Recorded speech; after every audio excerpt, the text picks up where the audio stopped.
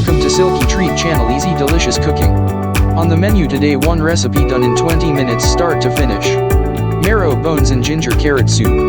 Ingredients: 4 beef marrow bones, 4 big size carrots, 4 centimeters of fresh grated ginger, butter, salt, pepper, bottled spring water, sliced bread.